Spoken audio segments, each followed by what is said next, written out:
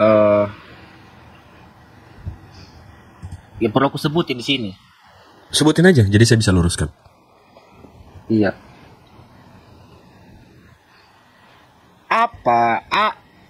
Ada kejanggalan yang kurasakan gitu. Cuman ketika nanti aku berbicara gitu kepada ya contoh lah kepada orang tuaku, kepada itulah, nggak terima mereka gitu. Apa yang kejanggalan apa bang? Mungkin saya bisa lurusin, karena saya termasuk yang belajar sejarah juga. Iya, contoh lah adalah tertulis gitu kan, tapi nggak perlu aku sebutin ayat-ayat dan ataupun apa lagi sama itu. Nah, jangan makan babi. Aku tengok lah kan, tapi babi masih dimakannya, begituin, ya kan? Nah, jangan membuat patung bagimu katanya kan, tertulis. Tapi kita sendiri bikin patung, jadi nggak masuk akal. Itu yang bikin aku tuh kayak linglung aku gitu. Bertanya ya, kalau aku bertanya nanti sama tempatku ya otomatis nanti orang itu bilang adanya alasan lain, betul tidak?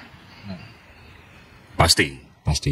Tapi kalau jadi sebenarnya gini bang, agama ini kan ada sebelum Nabi Yosua di abad ke-1. Nabi-nabi sebelumnya itu punya kitab namanya Tanakh, dan catatan-catatan nabi-nabi setelahnya atau nabi-nabi kecil. Itu ada Zakaria dan seterusnya. Mereka itu agamanya satu bang. Mereka agamanya tauhid. Belum ada namanya waktu itu. Ya waktu itu umat Yahudi. Jadi belum ada namanya.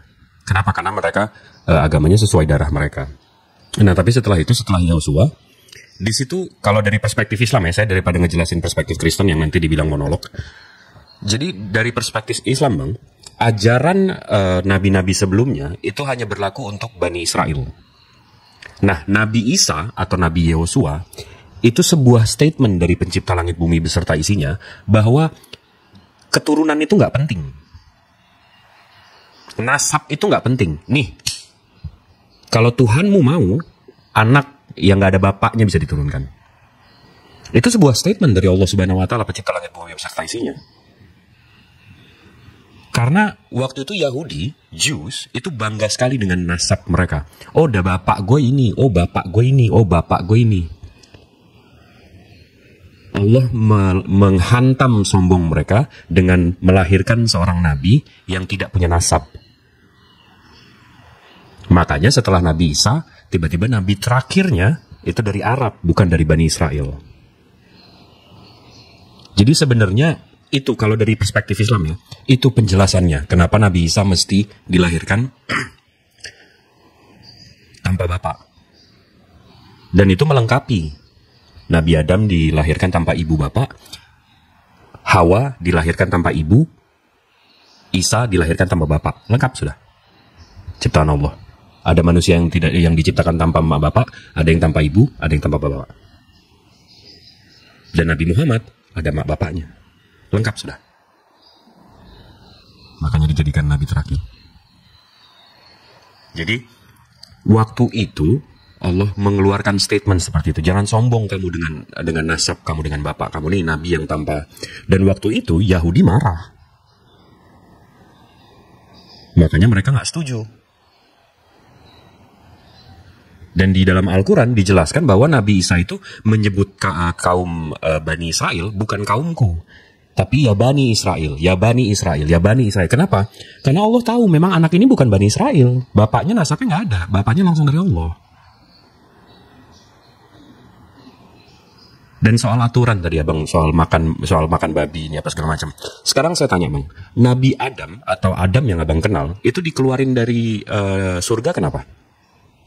Ya kalau tertulis di Alkitab, ya itu karena setan yang menipu dia. Salah. Karena makanan bang. Karena larangan, pantangan makanan. Sepenting itulah larangan makanan di ajaran nabi-nabi.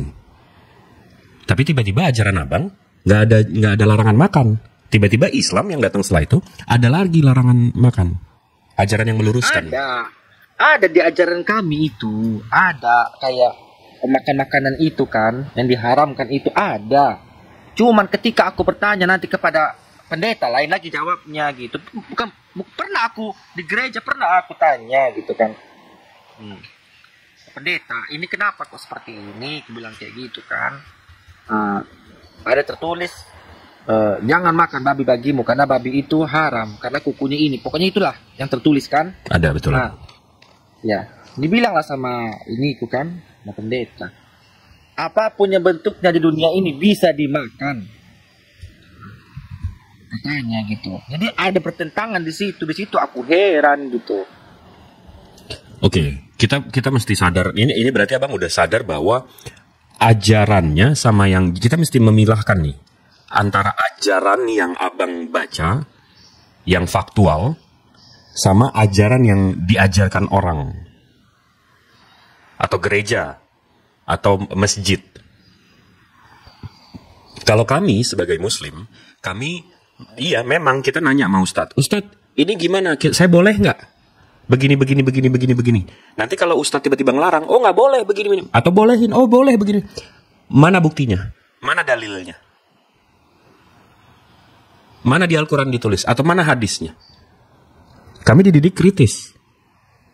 Mesti tahu sumbernya. Nah tapi kalau abang sepertinya abang udah tahu, abang nggak kayak gitu ya? Iya, itulah karena tadi itu aku ngomong aku sama si Uni itu kan. Adalah apa sedikit dariku masih itu kayak penjelasannya gitu. Oh iya ya, aku bilang kayak gitu kan. Ya tadi aku masuk ke ini aku sama kawanku nih itu, ya kan. Nengok kalian debat kayak gitu. Aku bilang, teman-temanku bilang, ayolah kita debat orang itu katanya. Tanya dulu sama orang itu. Oh, apakah ada di Alkitab lain Muhammad itu tertulis kata. Maaf ya, aku cuma menyampaikan ya.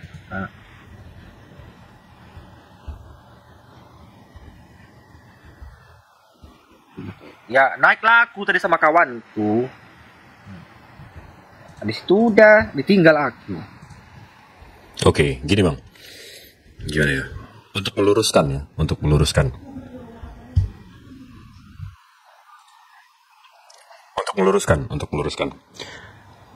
Abang boleh tanya apa aja deh soal Islam, saya akan tunjukkan dalil, saya akan jawab dan tunjukkan dalilnya.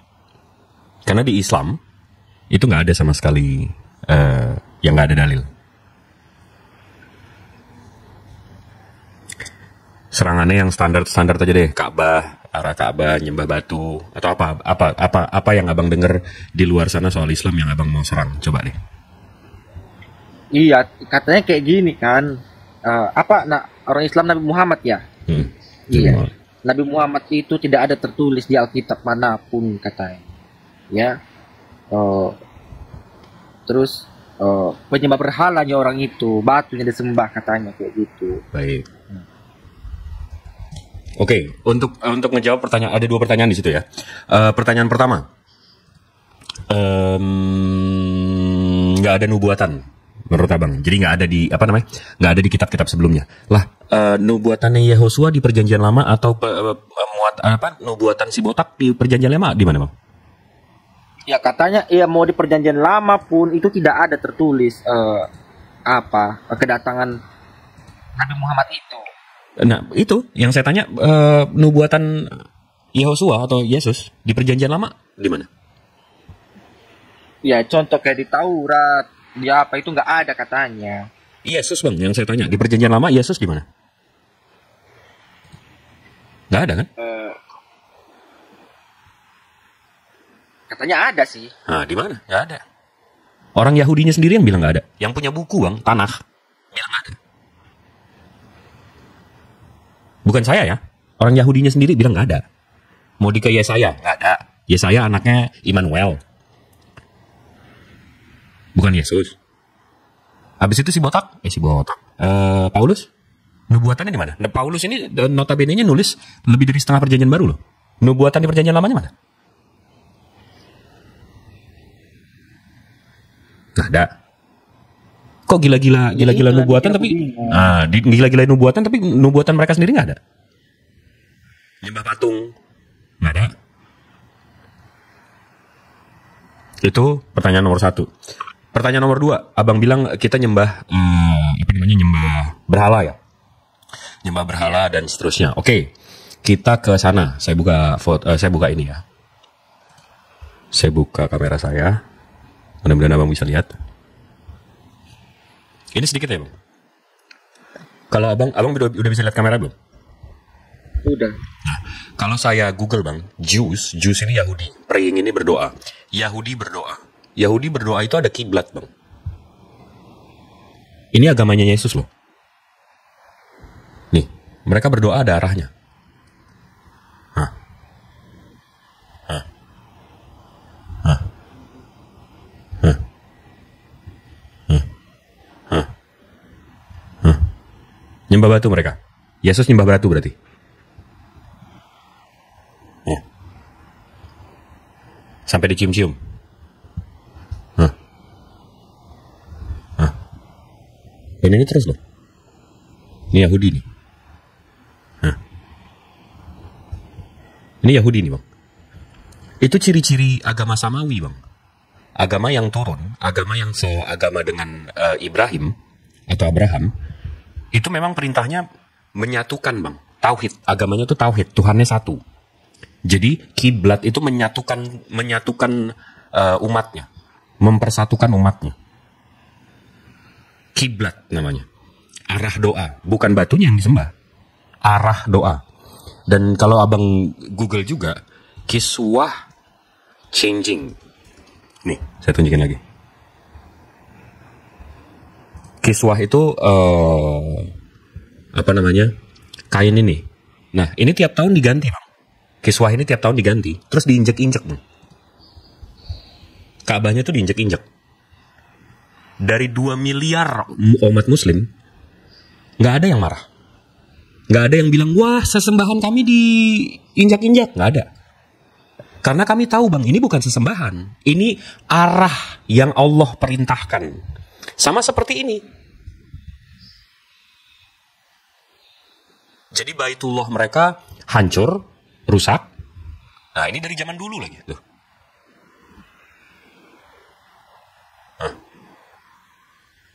Sampai nangis-nangis. Jadi kalau umat Yahudi itu memang sama seperti kami. Kita cinta sama Tuhan kita. Begitu diperintahkan kami tunduk. Begitu diperintahkan kamu sujud ngarah ke sini. Kami tunduk. Sama seperti bang. Ingat gak waktu Nabi Adam diciptakan, Tuhan pencipta langit bumi beserta isinya bilang, hai semua makhluk sujud, tunduk dengan Adam. Siapa yang gak tunduk bang? Ya setan. Iblis yang nggak mau sujud. Bukan masalah Adam lebih tinggi atau Adam disembah, bukan masalah disembahnya. Kamu perintah Tuhannya dengerin dulu.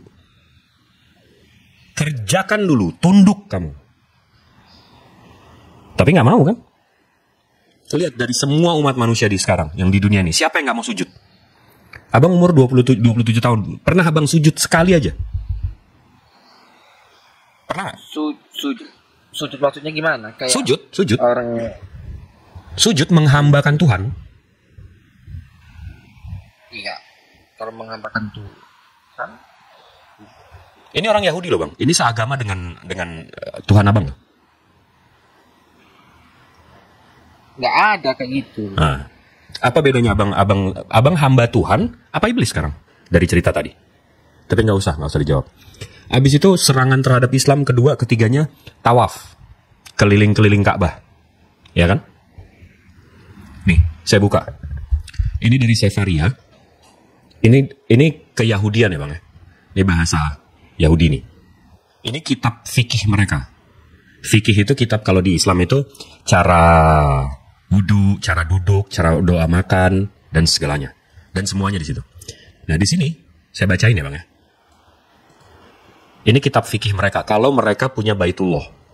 Setiap hari mereka mengelilingi altar 1 kali dan berkata, Tuhan tolong selamatkan kami. Tuhan berilah kami kesuksesan. Menurut Mazmur 118:25. Rabi Yehuda berkata bahwa mereka akan berkata, Ani Yafo, Yani Faho. Tolong selamatkan kami. Dan pada hari itu, hari ke-7 Sukot, mereka mengelilingi altar sebanyak 7 kali. Jadi kalau Yahudi punya second temple, abang tahu second temple nggak? Second temple nih, saya tulisin aja. Second. Nah, ini second temple. Mereka mestinya punya second temple ini. Disuruh muterin altar 7 kali di Second Temple ini, kalau mereka punya Second Temple. Sayangnya mereka nggak punya Second Temple. Udah hancur di tahun 76 Masehi.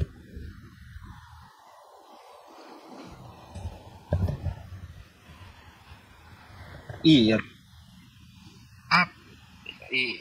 Apa kan? Tadi kan apa aku tiap aku keluar tadi kan. Jadi maghrib tadi aku tidur kan. Tidur aku. Iya. Apa? Mimpilah aku. Aku tanyalah dulu ya. Siapa ini? Siapa namanya? Pak Ustadz. Siapa namanya? Saya. Iya. Saya Iya, gitu. Abang. Panggil aja Aku Bang. tak- Bang J, iya. Bang J. Oke. Aku tanyalah dulu ya. Mimpilah aku tadi. Mimpi aku itu ini. Tapi nggak percaya aku sama mimpi lah. Kayak ini. Aku lihat ini loh. Lihat kayak ada bola-bola kayak matahari gitu. Tapi itu ada orang main layang-layang di atas itu, di atas langit itu. Rame kali layang-layang yang aku tengok. Apalah itu artinya? Gak pernah aku mimpi kayak gitu. Wah, Bang, saya bukan cenayang yang bisa baca mimpi. Itu satu. Tapi kedua, Bang, kalau ada orang-orang yang pernah ngaku ketemu Yesus, pernah ngaku ketemu Tuhan, pernah ngaku. Lalu ada orang-orang di luar sana juga yang pernah ketemu kuntilanak, yang pernah ketemu pocong, yang pernah ketemu sinder bolong. Apakah penglihatan itu bisa dijadikan parameter kebenaran, Bang? Mungkin karena gini tadi ya, karena ketakutanku tadi itu mungkin. Sugesti. Kalau secara Iya, tadi ilmunya, aku takut itu. Tadi aku memang diancam. Ada ini buktinya. Kalau secara ilmu, Bang, itu namanya sugesti. Jadi kalau Abang pikir ini obat, ini akan nyembuhin. Insya Allah itu bukan obat. Tapi kalau Abang percaya dan Abang nggak tahu itu obat atau nggak, itu akan nyembuhin. Itu namanya sugesti, Bang. Sama seperti kalau Abang percaya diri, nih tugas ini akan selesai, gua akan kerjain ini, itu akan lebih mudah untuk Abang. Tapi kalau Abang, wah ini susah banget, aduh nih pusing banget nih ngerjain, waduh gua nggak bisa nih ini, memang nggak bakalan Abang bisa kerjain. Itu namanya sugesti, Bang. Ya karena gini tadi bang, aku berpikir kan, berpikir aku kayak gini. Kalau di apa aku kayak gini lah bentuk Tuhan, aku gituin kan. Nah, terus gimana ya sosok Tuhan itu, aku bilang kan. Ini gimana ini konsepnya, aku bilang. Jadi kayak pikiranku tuh simpang siur lah gitu. Simpang siurnya itu yang ini mengatakan benar semuanya gitu kan. Yang di agama aku mengatakan itu benar gitu. Cuman perbandingan sama, bukan aku membandingkan, tidak gitu. Ada keganjalan itu dia. Keganjalan itu. Dalam Islam, Tuhan kami itu laisa kamislihi syai'un. Tidak sama dengan makhluknya. Jadi memang nggak bisa. Kalau kita bisa menggambarkan Allah itu kayak gimana, bukan dia berarti. Karena analoginya simpel aja gini, Bang. Bang Yoga, kalau Bang Yoga menciptakan boneka, habis itu saya bilang boneka itu Bang Yoga marah nggak? Abang nggak akan sama ciptaan Abang. Nggak boleh. Kenapa? Karena kalau detik Abang sama dengan ciptaan Abang bisa menghina Abang, menista Abang. Berarti hilang maha suci Abang. Berarti Abang nggak maha suci lagi, nggak maha pencipta lagi, nggak maha besar lagi. Tuhan itu nggak boleh bisa digambarkan, Bang. Siapa sih Zi ini kebanyak mabuk anggur ke yoga? Apa kau gila? Kau pelak aku mabuk. Fokus aja, Bang. Fokus sama saya. Tuhan itu nggak boleh digambarkan sama makhluknya. Sekarang contohnya nih ya Bang, yang pinter aja ya, yang pinter. Kalau saya mau menciptakan sesuatu, contoh menciptakan boneka, saya pastiin boneka itu nggak bisa menistakan saya Bang. Make sense ya?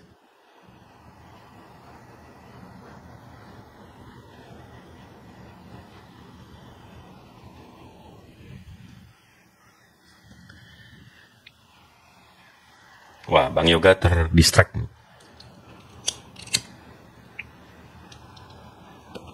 Bang Yoga. Iya bang. Daripada abang ragu-ragu, lebih bagus abang tanya soal Islam deh.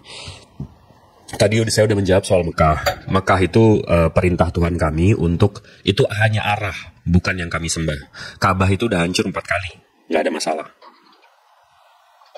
Baitullahnya. Nah.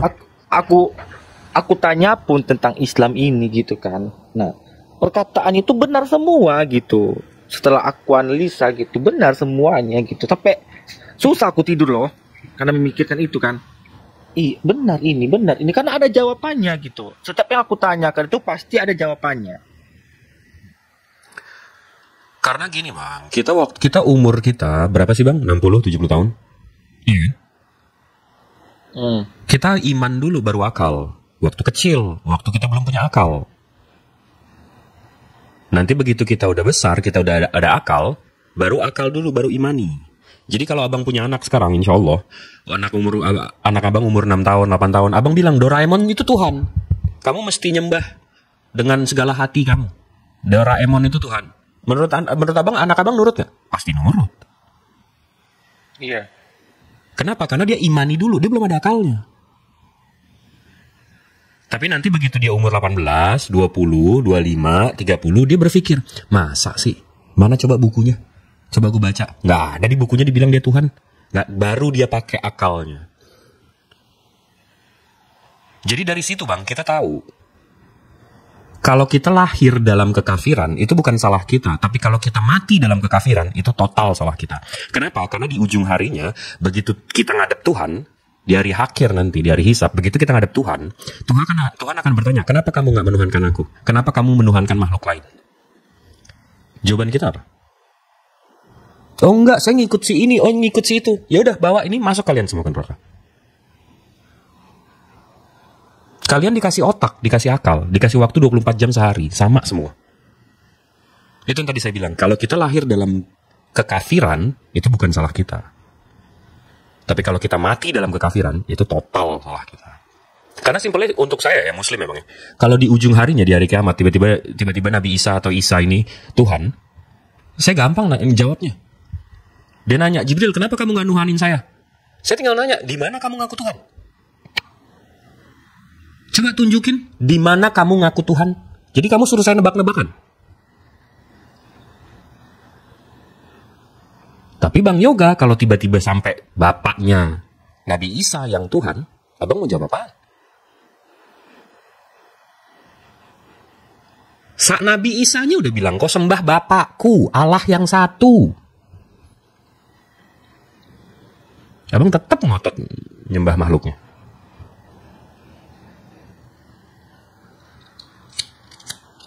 Memang ada Bang Jip, Yesus menyuruh menyembah Bapa. Ada nggak? Ada dong. Aduh ya Hanu Bahlul lagi.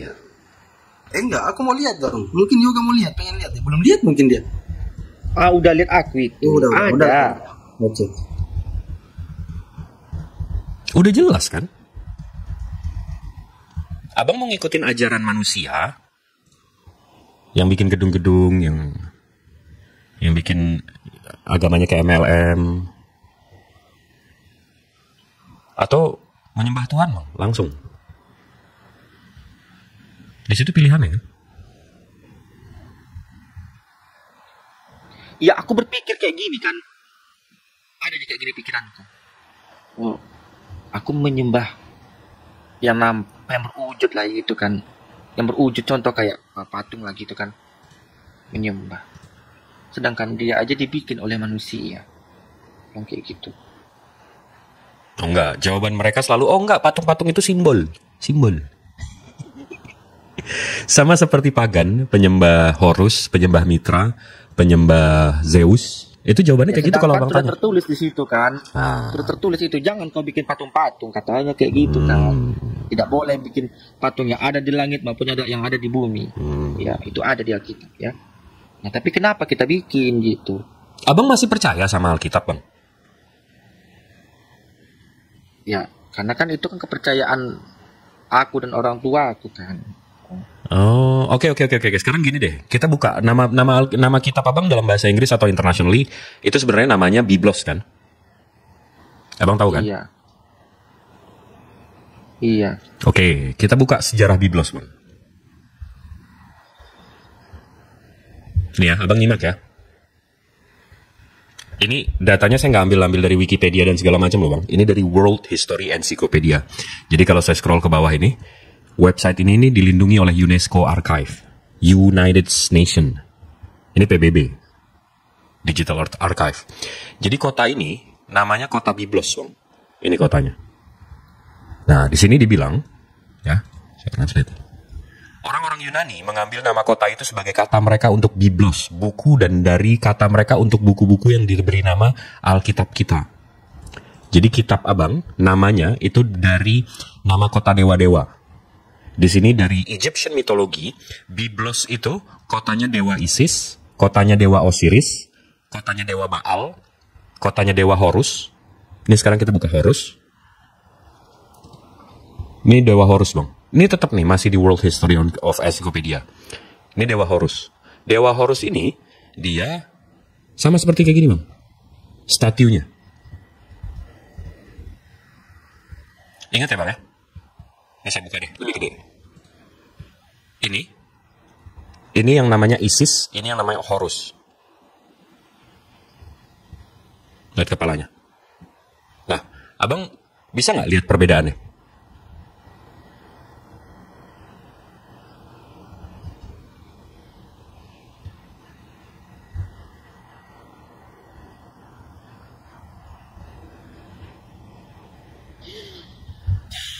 Sama beda, Bang.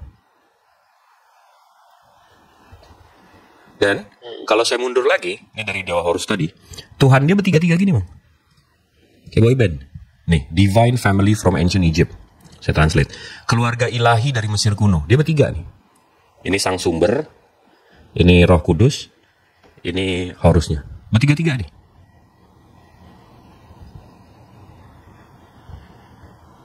Ini bukan dari Islam loh, Bang. Ini dari sejarah, fakta sejarah. Bang Google sendiri deh.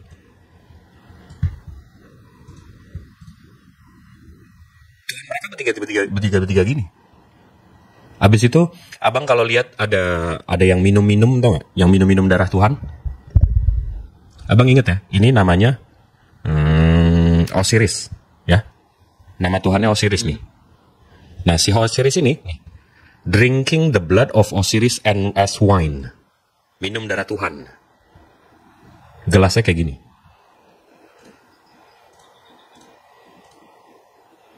Nah, sekarang kita Google nih, kita cari.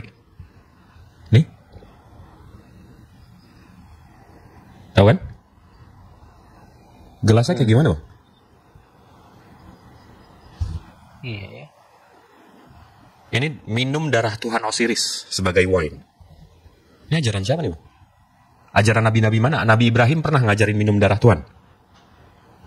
Tidak.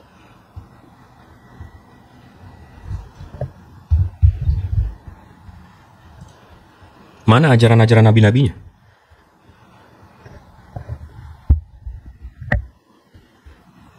Makanya kembalilah ke ajaran nabi-nabi, Bang. Tuhannya satu. Ibadahnya jelas, ada arahnya, sujud sama pencipta langit bumi beserta isinya. Orang Yesus aja sujud, masa Abang gak sujud sih? Berarti Abang lebih hebat daripada Yesusnya. Iya.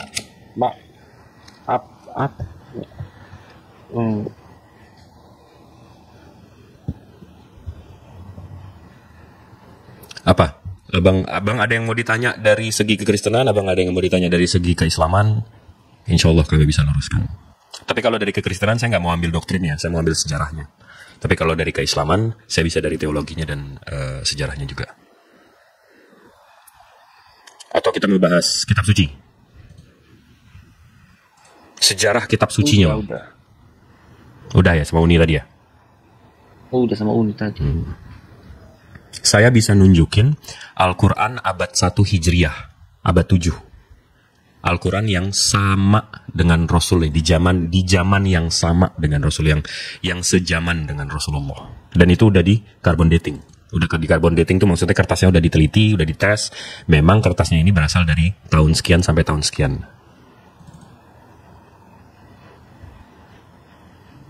Kalau Abang mau. Atau kalau Abang mau bahas yang lain, kui.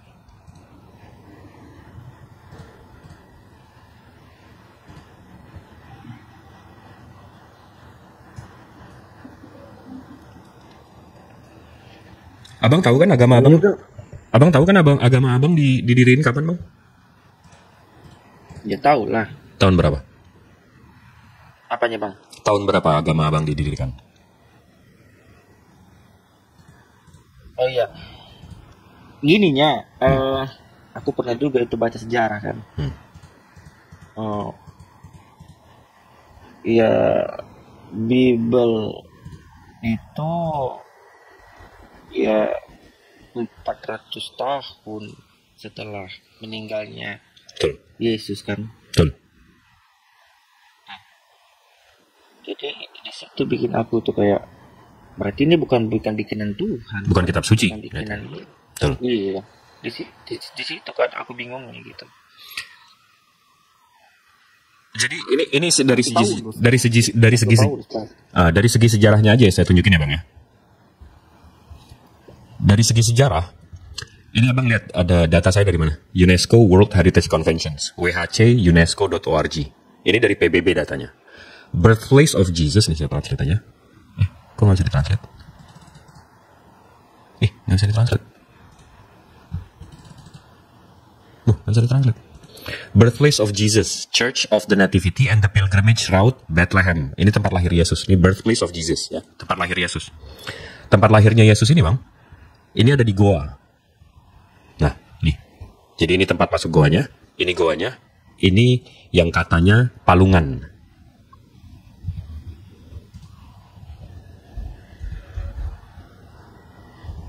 Ya.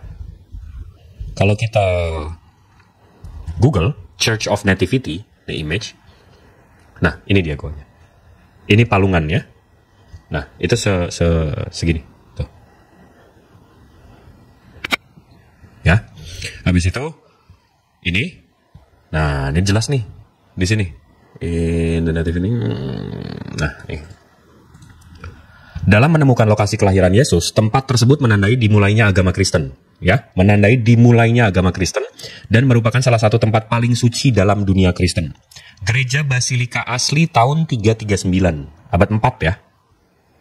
Saint Helena, yang sebagian besar masih bertahan di bawah tanah, diatur sedemikian rupa sehingga ujung timurnya berbentuk segi 8 mengelilingi dan memberikan pemandangan goa.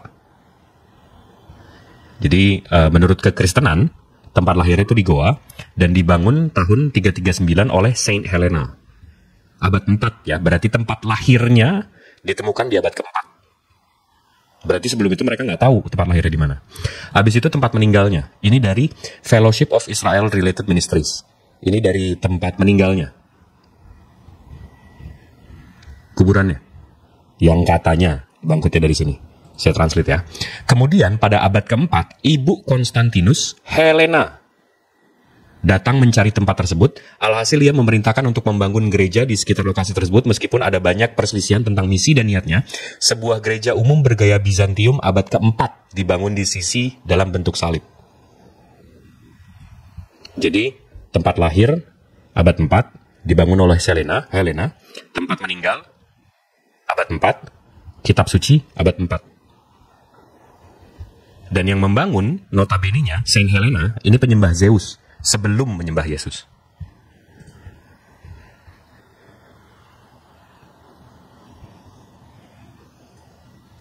Di mana ajaran-ajaran nabi-nabinya, Bang?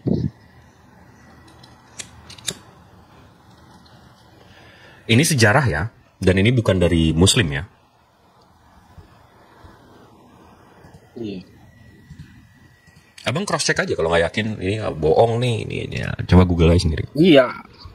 Yakin aku. Nah, kalau saya Google lagi, nih oldest New Testament manuscript, manuskrip perjanjian baru tertua. Oldest New Testament manuscript perjanjian baru tertua. Jawabannya Codex Sinaiticus. Begitu kita search Codex Sinaiticus, ini Codex Sinaiticusnya. Ini dari The British Library, National Library, nih about-nya. Codex Sinaiticus sebuah manuskrip Alkitab Kristen yang ditulis pada pertengahan abad ke-4 juga. Berisi salinan lengkap perjanjian baru Kristen yang paling awal, berarti nggak ada sebelum ini ya, paling awal. Jadi kitabnya abad 4, tempat lahirnya abad 4, tempat meninggalnya abad 4. Dan ini notabene-nya semua ini keluar hasil konsili. Bukan dari Tuhan. Bukan dari langit. Jadi abang mau ngikutin bapak-bapak gereja ini atau mau ngikutin Tuhan? Tuhannya para nabi? Mungkin tentu aku ngikutin Tuhan lah.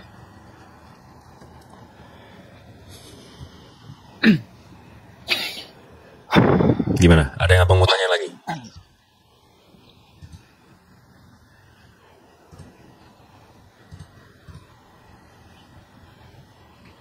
Abang bisa tanya saya sampai siapa yang bikin Trinitas, Bang?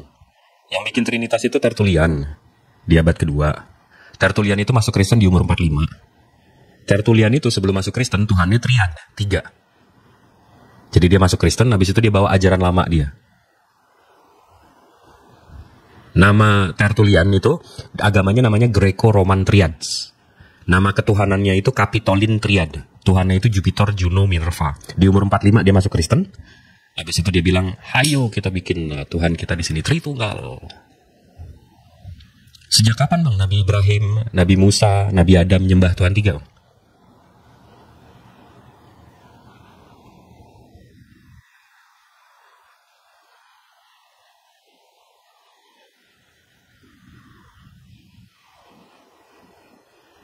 Itu saya tanya sama bule pun yang Kristen pun.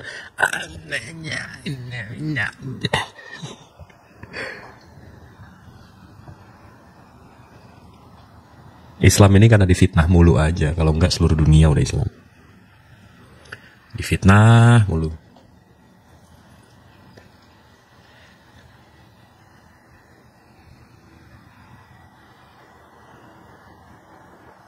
Ya, apa Bang? Gini Bang, di satu sisi gitu ya, aku percaya dengan ajaran kalian gitu. Di satu sisi, aku ada orang tua kan. Jangankan gitu, berbicara tentang Islam aja nggak terima mereka gitu. Jadi di situ kayak aku tuh kayak bimbang aku. Selemah-lemahnya iman adalah diam. Selemah-lemahnya iman adalah diam. Ya jadi abang beriman dalam diam aja. Jadi abang bersyahadat, beriman dalam hati, sholat begitu bisa, dalam diam. Karena itu yang bisa menyelamatkan orang tua abang nanti. Jadi kalau dalam Islam, itu ada tiga amalan yang tidak putus kalau anak Adam meninggal atau mati. 1, ilmunya yang disebarkan dan terus tersebar, itu dia dapat pahala terus. Nomor 2, itu ajarannya atau hartanya yang dia tinggalkan, amalnya. Kalau dia pernah bikin masjid, habis itu orang setelah dia meninggal, orang tetap sholat di masjid itu, dia tetap dapat pahalanya. Dan yang ketiga, yang terakhir itu anak yang soleh.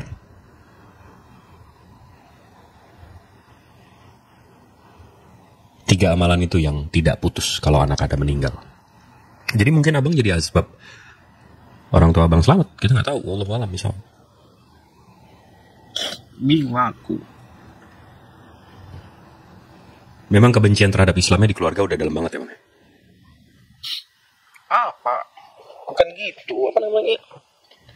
Jangankan aku ngomong aja aku tadi kayak denger lah kayak gitu kan. Nah, apa itu ku tengok katanya? Gak ada itu ku tengok itu katanya. Apain kau itu? Gak ada itu. Berbohong lah aku sama orang tua. Nengok aku debat pendeta sama ustad. Siapa yang menang pendeta? Aku bilang aku gituin aja karena aku ngapain orang tua aku kan. Cuman aku apa aja? Percaya aja aku sama kayak gini ajaran. Cuman di satu sisi aku kayak bimbang aku. Lawan orang tua aku, dosa aku. Satu sisi hatiku menolak. Kayak gitunya. Umur orang tuanya berapa, Bang? Apa? Mama aku 55 lah. Berarti sudah mendarah daging banget ya kebenciannya ya. Mungkin atau memang gak sukanya aja ya. Atau memang taat di kekristenan nih, Bang? Apa? Memang kami emang Protestan dari dulu kan. Gak ada kami satupun yang Islam gitu. Tapi gini Bang, kalau dalam Islam ya, alhamdulillah Allah selalu ngasih jalan keluar untuk makhluknya, untuk hambanya yang mencintai dia. Jadi kalau dalam Islam itu kita nggak dosa untuk melawan orang tua yang mengarahkan kita terhadap kesesatan, Bang. Jadi di Islam itu nomor 1 Allah, nomor 2 nabinya, nomor 3 itu orang tua. Jadi kalau kalau saya pribadi ya disuruh milih, kalau orang tua saya yatim piatu sih. Jadi saya masih iri sama abang masih ada orang tua. Saya udah nggak ada orang tua, dua-duanya yatim piatu. Tapi kalau sampai lah umi saya waktu itu mengajarkan saya terhadap kemusyrikan, mengajarkan saya jangan nyembah Allah, jangan nyembah Tuhan yang satu, nyembah berhala atau masuk ke sini atau ajarin berbohong, itu saya boleh ngelawan. Kenapa? Karena nggak boleh gitu. Jadi tetap mesti bersyukur, Bang. Abang masih punya orang tua. Alhamdulillah, Masya Allah.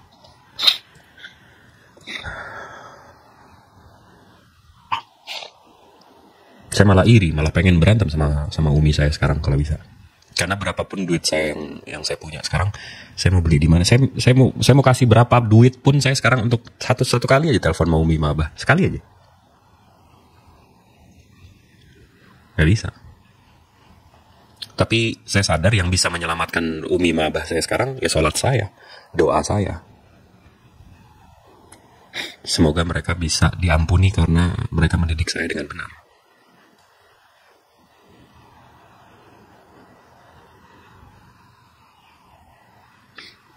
Iya, kayak gitu yang aku pikirkan. Kayak menolak aku rasanya matiin itu kan. Nanti kalau aku omongin ini, jadilah masalah besar nanti. Ketika nggak aku omongin, batinku menolak. Apalagi besok minggu kan. Apa aku? Linglung aku. Nggak tahu aku. Di satu sisi aku kayak, ya itulah apa yang aku jelasin. Tapi menurut abang yang tahu orang tua abang lah. Menurut abang lebih bagus abang beriman, abang syahadat sendiri, diem aja. Habis itu nanti kalau ada waktu sholat, kalau ada waktu berinfak dan segala macam. Lebih bagus kayak gitu diam. Nanti abang ngelihat orang tua abang mungkin membaik atau mungkin lebih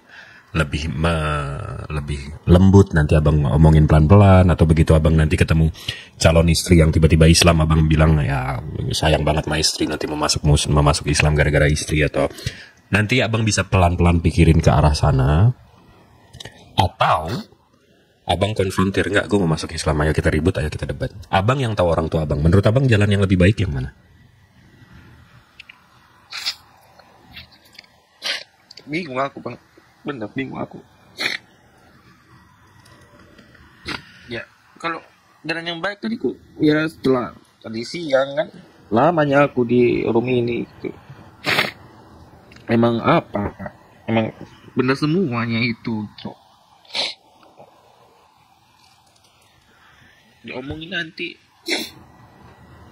nanti apa gak terima orang tuh macam kan. Jangan kan itu, Bang, untuk ini aja aku untuk adalah kadang buka HP kita kan, adalah kayak keluar ceramah itu kayak orang Islam itu, apa itu kau dengar? Gak ada itu, gak ada itu, mereka teroris itu, ini segala macam lah katanya. Dalam hatiku tuh aku itulah takut aku ngomong gitu. Iya. Jadi memang kebenciannya memang udah mendarah dagingnya, udah nggak beralasan.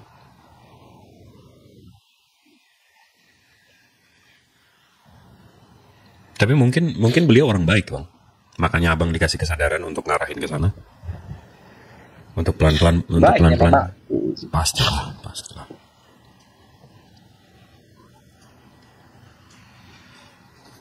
Tapi abang yang tadi saya bilang, abang mengetahui orang tua abang lebih bagus. Kalau saya pribadi ya, Bang ya, saya lebih bagus kalau saya jadi abang. Saya tahu umi saya kayak gimana. Waduh, umi tuh, mukul pakai sapu dan segala macam.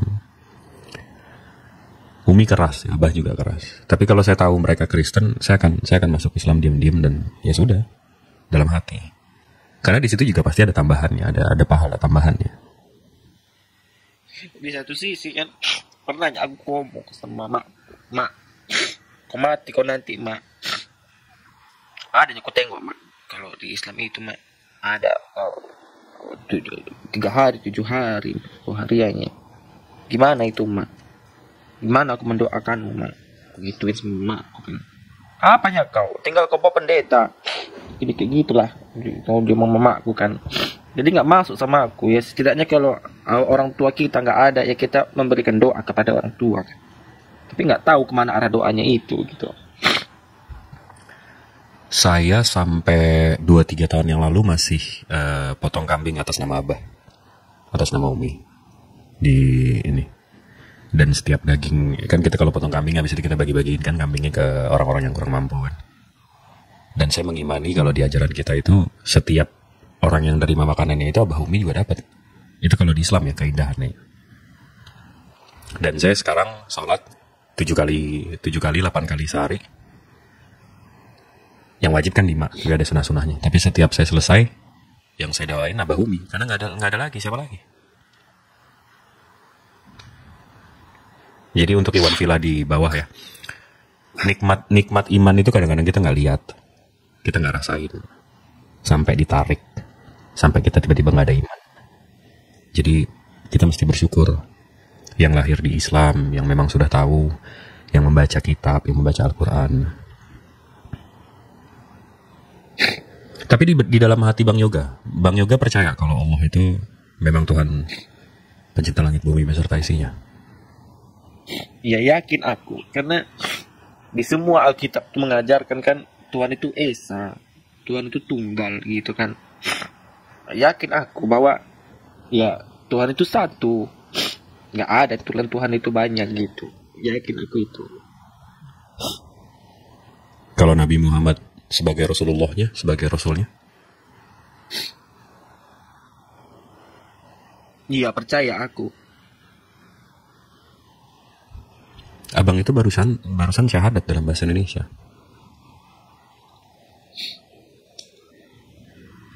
Berarti di dalam kepala dan hati abang udah seorang Muslim.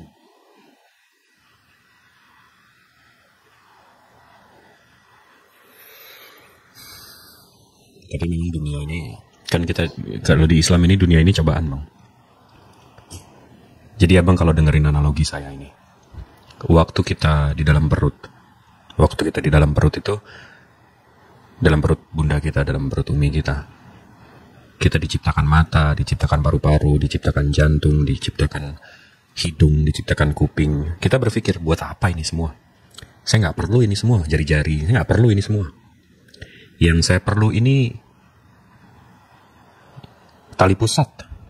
Dari tali pusat ini saya terima makanan, terima minuman, terima oksigen. Ngapain saya perlu hidung ini itu. Itu yang kita tahu. Tapi begitu kita dilahirkan bang, tebak apa yang pertama diputus? Tali pusat. Rupanya Allah lebih tahu dari kita yang sok tahu ini. Tiba-tiba yang kita perluin paru-paru, mata untuk nafas, jari-jari untuk megang ibu kita. Nah ini akan berulang bang. Nanti begitu kita mau meninggal, ini kita hidup nih, dicoba nih kita di sini. Untuk apa iman? Untuk apa sujud? Untuk apa baca Al-Quran? Untuk apa beriman sama Rasulnya yang dikirim? Untuk apa sujud sama batu itu? Tapi nanti bang, begitu kita dikubur, itu yang pertama ditanya.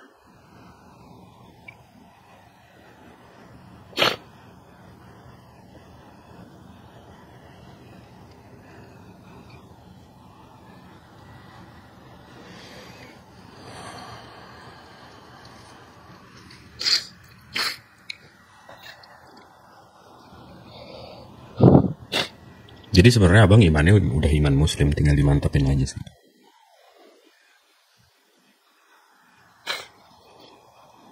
Tinggal belajar Islamnya aja. Dan kalau soal bilang sama orang tua dan segala macam ya,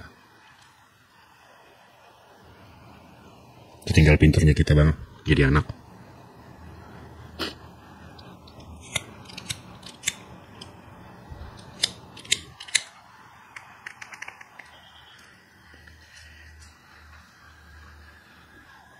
Kalau di Islam nih bang, abang nangis kayak gini aja dihitung amalan tuh. Ini ujian dari Allah juga kan? Nggak ada apa aku. aku tuh menangis karena gini. Ya seandainya lah aku nanti terjadi ya menuju kebenaran lah aku gitu kan. Gimana nanti? Apa konsepnya aku sama orang tua aku? Apakah aku terpecah belah nanti? Atau gimana? Karena sudah terjadinya. Ya apa? Nggak ada mantan anak kan, Bang? Nggak ada mantan orang tua kan? Dia kan selalu jadi orang tua kita. Ya kita tetap berbakti sama dia. Kecuali dalam Di satu kesesatan. sisi kan, ini imanku. Ya orang tuaku. Nah, nanti imanku ini tuh merubah aku sama orang tua aku nanti. Gimana nanti aku? Abang percaya sama Tuhan dan planningnya dan rencananya? Aku yakin itu, percaya aku.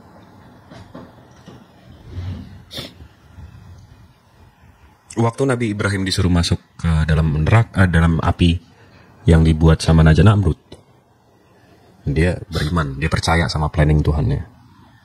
Begitu Nabi Isa mau disalib, dia percaya sama Tuhannya, dia akan diselamatkan. Abang juga mesti kayak gitu, Bang. Di situ iman kita dicoba. Bener nggak orang tua saya sayang sama saya? Bener nggak saya sayang sama orang tua saya?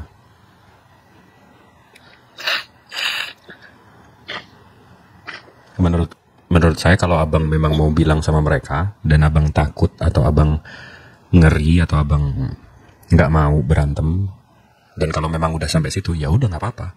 Tapi abang mesti ingetin sama orang tua abang tetap sayang sama orang tua abang. Ini soal iman.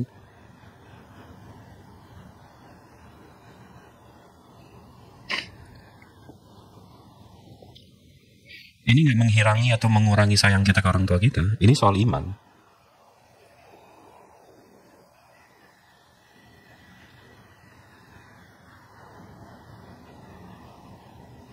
Abang masuk Islam bukan berarti abang keluar dari kakak. Malah mestinya abang makin sayang sama orang tua begitu jadi Muslim.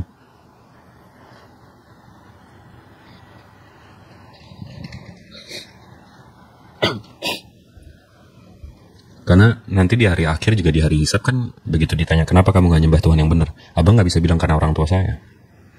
Tapi mungkin begitu nanti di hari akhir begitu abang Muslim, begitu ditanya yoga kamu Muslim, kamu convert di umur 27, siapa yang mau kamu selamatkan? Abang bisa bilang orang tua abang meskipun mereka kafir, karena mereka mendidik abang dengan benar, tapi salah imannya aja.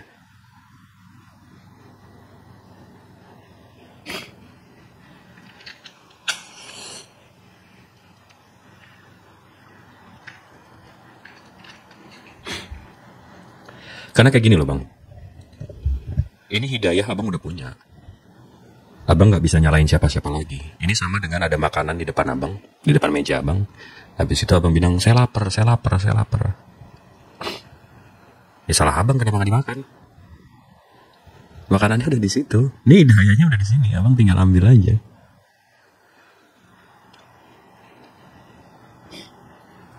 Iya benar.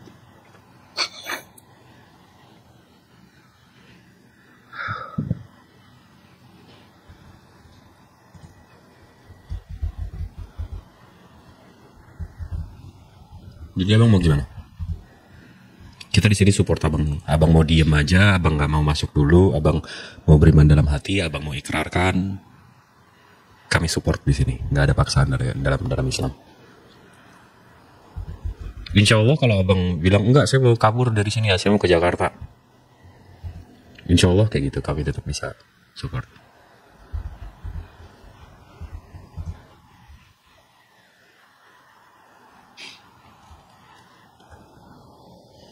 Karena begitu detik abang mengimani Allah, itu berarti kita saudara seiman.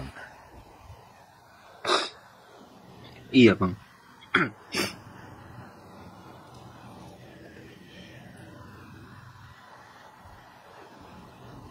Abang di mana di Sumatera ya? Di Medan aku. Medan. Saya ada tante di sana di Helvet, Perumnas Helvet. Sama di belakang ini, di belakang Kampung Geling. Aku aku di Toba. Oh, itu.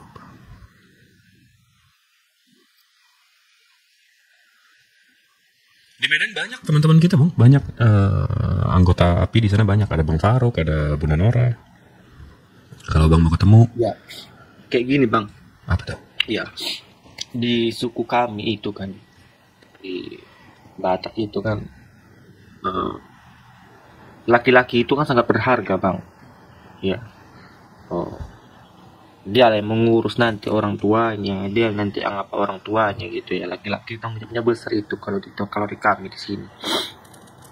Nah, itu ku takut nanti ketika aku tentang nanti orang tuaku, hmm, gimana dia nanti dia nggak terima dengan itu. Ya aku yakinnya apa kuasa Tuhan itu ada.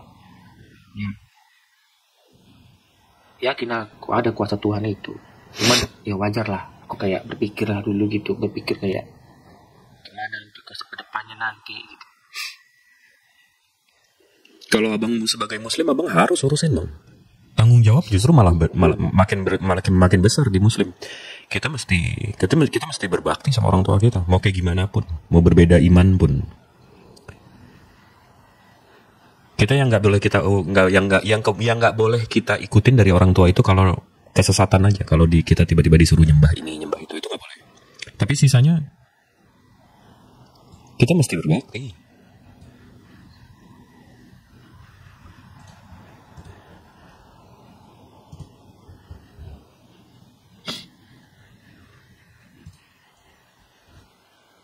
Harus berbakti, Bang. Harus. Kalau di muslim, sebagai muslim harus. Saya aja sampai yang abah itu sampai saya bukain ininya. Sampai saya bukain ikatan kepalanya di liang lahat. Harus itu harus.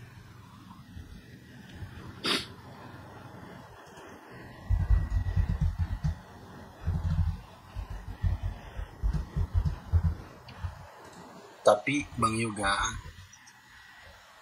kalau orang tua Bang Yoga itu mengajarkan Bang Yoga untuk menyekutukan Tuhan, itu di dalam Islam itu boleh ditentang.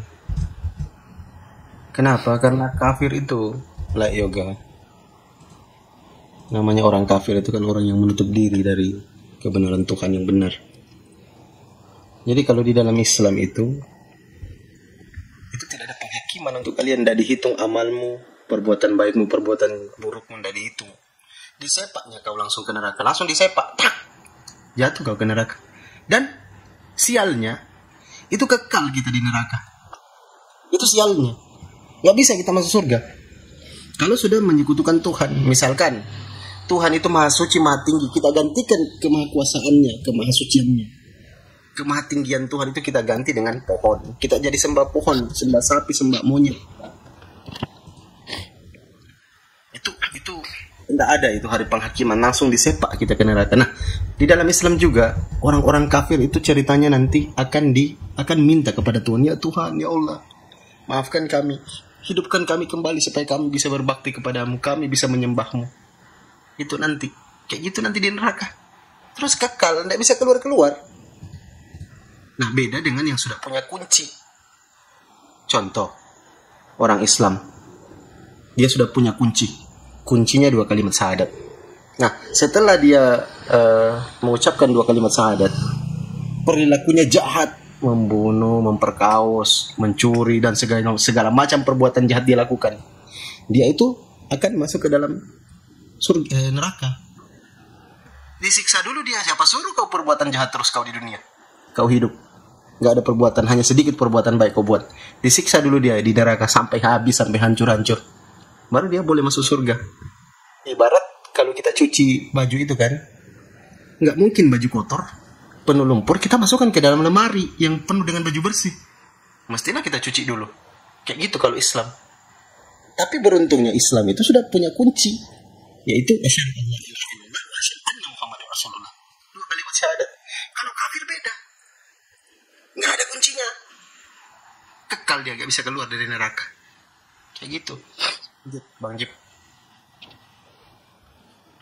Justru bahkan kalau dari perspektif Al-Quran dan hadis ya, dinarasikan bahwa nanti di akhir zaman, di setelah hisab, itu ada amalan-amalan yang kita nggak tahu dasarnya dari mana. Ini asalnya amalan dari mana? Kita nanya. Kok banyak banget? Kok justru amalan ini yang menyelamatkan saya? Dan nanti dijelaskan, oh ini dari doa-doamu yang tidak terjawab, dari doa-doamu yang tidak dikabulkan. Jadi setiap kita doa, selama kita masih hidup dan muslim, kita berdoa, ya Allah, saya minta ini, ya Allah, saya minta itu, ya Allah, minta ini, minta itu. Rupanya itu dijadiin pahala. Sampai kita berpikir, ya Allah, jangan kasih aku apa-apa di dunia kemarin itu.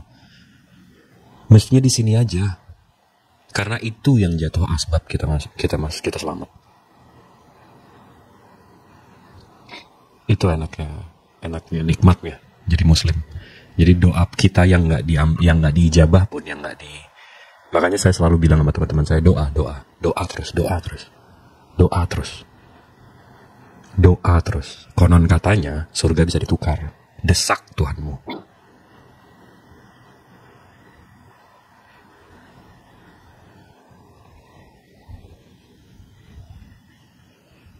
Jadi apa langkah yang harus ku ambil?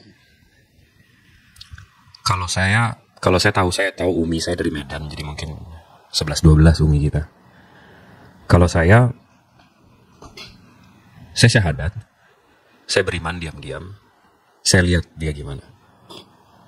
Kalau dia pelan-pelan, saya pelan-pelan masukin, ini Islam nih gini nih Umi, ini Islam nih gini nih Umi. Agamanya gini nih, coba mau denger. Kalau dibilang apa itu, nggak ada, itu teroris, iya. Semua orang jahat kalau kita berpikir kayak gitu nih. Dengerin aja dulu, lihat aja dulu, kan kita belajar, masa nggak boleh belajar? Pelan-pelan masukin. Tapi kalau memang dia ngelawan banget, sampai brutal, sampai ngambil handphone, sampai matiin ini, sampai itu, sampai ribut, ya baru saya mau nggak mau ngaku. Dan tanya sama Umi jadi mau buang anak Umi karena kita berbeda iman. Sayang sama cinta saya sama Umi nggak berubah loh karena iman saya. Karena kenapa sayang dan cinta Umi sama saya berubah begitu kita berbeda iman?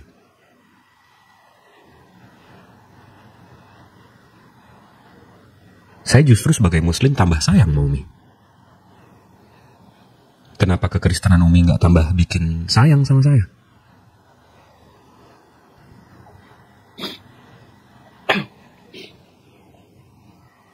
Itu Bang kalau saya.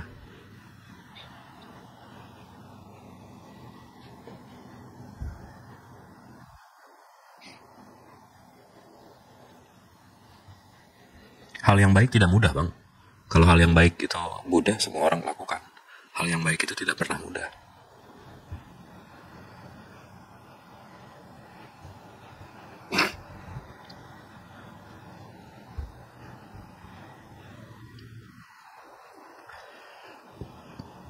Sejak kapan hal baik itu mudah?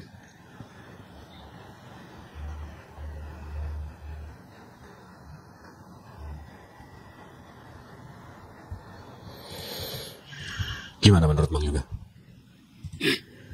Iya benar itu. Tadi sebenarnya Abang udah syahadat dalam bahasa Indonesia. Abang mengimani kalau Allah Subhanahu wa Ta'ala itu Tuhan pencipta langit bumi beserta isinya, dan Rasul terakhirnya itu Rasulullah Muhammad Sallallahu Alaihi Wasallam. Gimana caranya itu Bang? Tadi dalam bahasa Indonesia udah Bang. Tapi kalau Abang mau dalam bahasa Inggris bisa juga. Dalam bahasa Arab juga bisa. Apa itu bahasa Arabnya? Abang mau syahadat sekarang? Atau mau kita coba? Belajar. Coba Abang ulang kalimat saya. Asyhadu.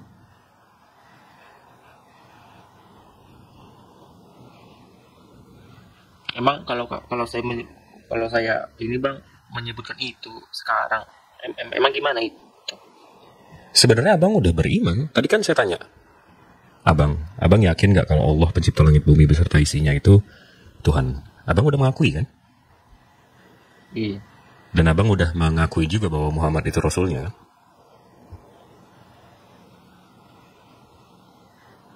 Abang udah yakin tadi Abang bilang. Gimana itu bahasa Arabnya? Asyhadu alla ilaha illallah wa asyhadu anna Muhammad Rasulullah. Itu abang kurang lebih mengatakan aku bersaksi bahwa tiada Tuhan selain Allah. Dan Nabi Muhammad adalah utusannya. Itu cuma ikrar doang. Ikrar. Abang melantunkan. Tapi yang saya tadi tanya sama abang, di dalam hati abang udah percaya Allah itu Tuhan dan Rasulullah itu, Nabi Muhammad itu Rasulnya. Abang udah seorang muslim ini sekarang. 2 kalimat syahadat itu cuma ikrar. Cuma kalau kita nikahan ijab kabul, atau kalau dalam kekristenan itu.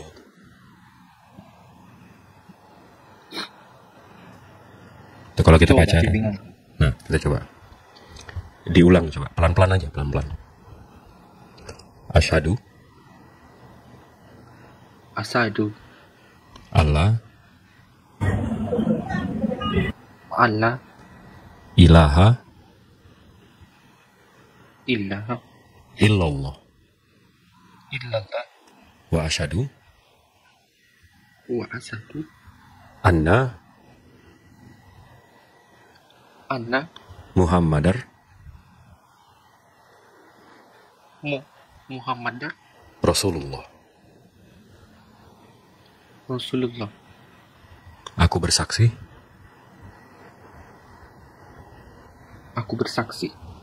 tiada Tuhan melainkan Allah, dan aku bersaksi bahwa Muhammad adalah utusan Allah.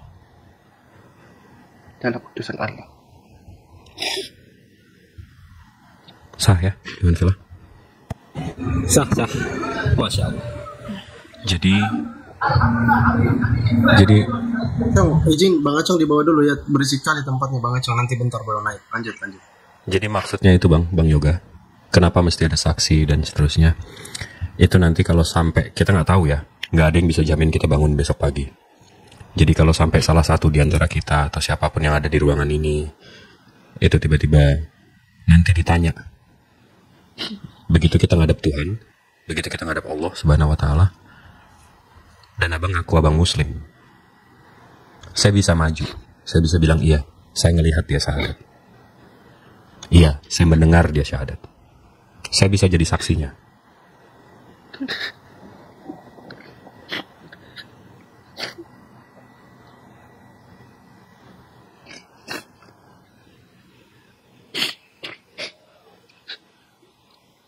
Jadi kami semua yang di sini bisa jadi saksinya.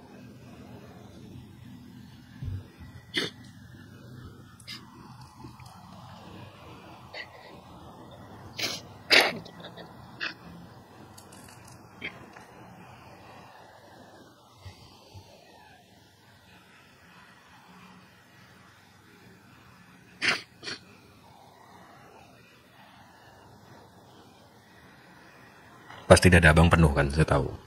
Ditenangin aja dulu.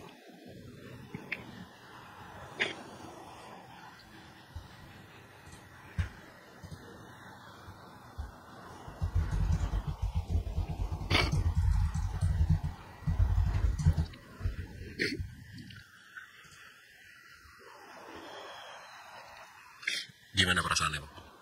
Lega?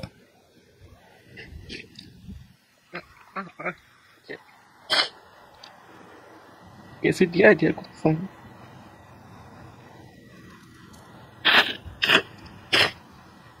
Apa yang abang sedihin coba?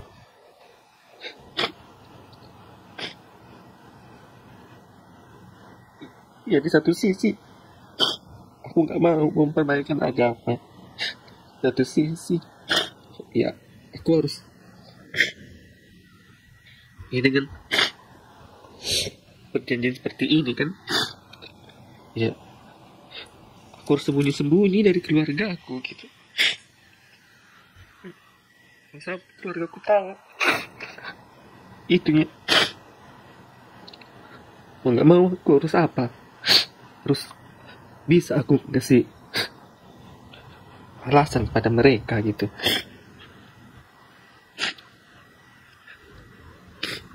Yang kayak tadi saya bilang bang, abang tinggal bilang sama orang tua abang atau sama keluarga, kalau iman saya tidak merubah sayang saya sama cinta saya sama keluarga, kenapa iman saya merubah sayang sama cinta kalian ke saya? Betul nggak? Iya. Sekarang abang masih sayang nggak sama orang tua sama keluarga? Sayang aku sama ibuku. Sayang aku. Ya kan? Padahal abang berbeda iman.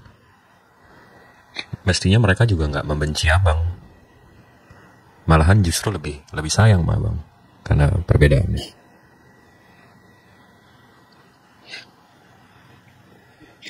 Gak pernah terbayangkan sama aku seperti ini. Bener. Gak terbayang sama aku.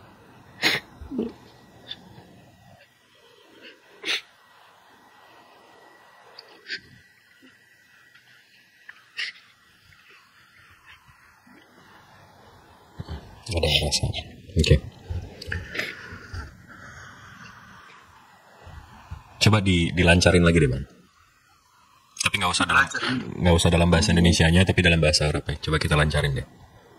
Mau nggak? Iya, gak apa-apa. Bismillahirrahmanirrahim.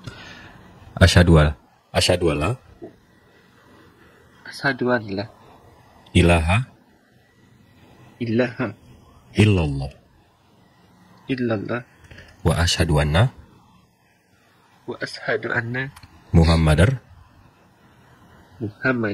Rasulullah.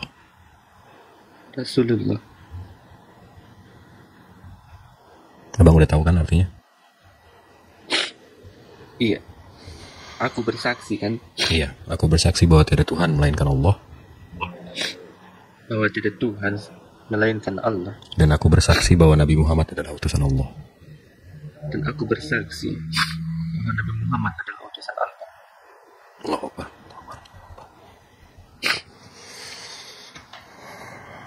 Karena nggak ada keuntungannya kami di sini bang. Ada 639 orang yang mendengarkan saya, Bang Fandi. Untuk kami itu nggak ada keuntungan. Saya nggak mendaftarkan abang di masjid saya, habis itu abang mesti bayar masjid saya dan seterusnya. Nggak ada keuntungan kami di sini. Kami hanya abang kalau di depan saya udah peluk. Saya bilang selamat datang, saudaraku, seiman.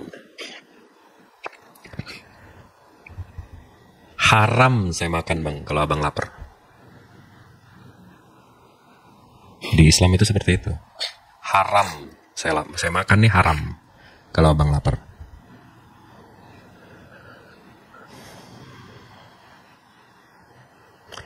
Tapi tadi mudah-mudahan dengan berbedanya abang dengan iman orang tua abang, mudah-mudahan abang bisa kasih tahu ke orang tua abang kalau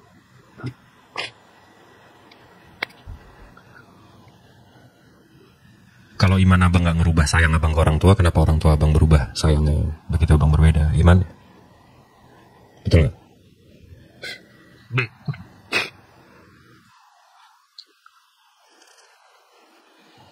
Bang Jib. Ya. Ini untuk administrasi kayak bukan administrasi sih apa? Untuk sertifikat mualaf kan itu apa yang buatkan kan beliau? Iya, saya bisa buatkan. Bang Yoga kalau ini. Tapi untuk ininya ya tapi Bang Yoga kalau ada waktu nanti setelah kita live ini Bang Yoga foto aja foto KTP-nya Bang. Iya, gak apa-apa. Jadi kami bisa daftarkan. Solusi untuk iya. Tapi ini Bang. Ya aku ya apa namanya? Kayak orang tua aku tadi kan, kayak keluarga kan. Ya aku belum siap lah kalau mereka tahu tentang aku yang alami saat ini. Iya. Nah.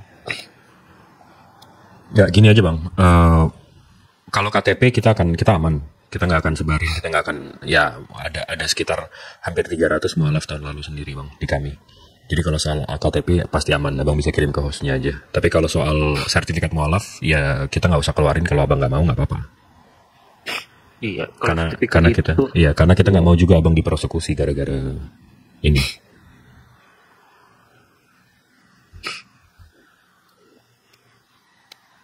Yang penting next kalau abang mandi, abang baca Bismillah aja. Mandi besar dari rambut sampai ujung kaki, abang bilang Bismillah aja. Kalau abang ada waktu, abang Google doanya apa. Tapi kalau nggak ada apa, nggak bisa juga pakai Bismillah aja.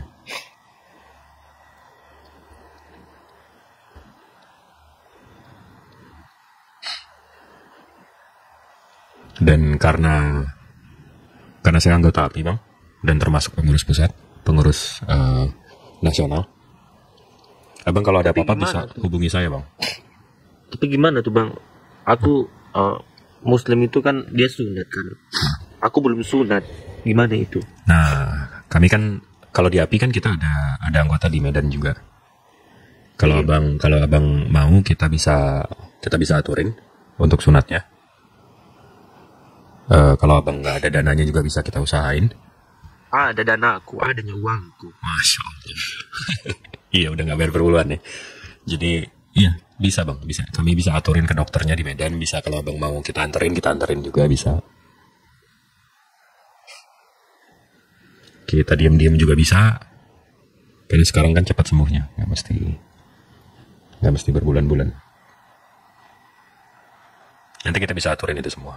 Dan kalau sampai kita jangan sampai. Tapi kalau sampai abang diusir, kalau karena abang tinggal sama orang tua dan seterusnya, kita juga bisa bantu kok.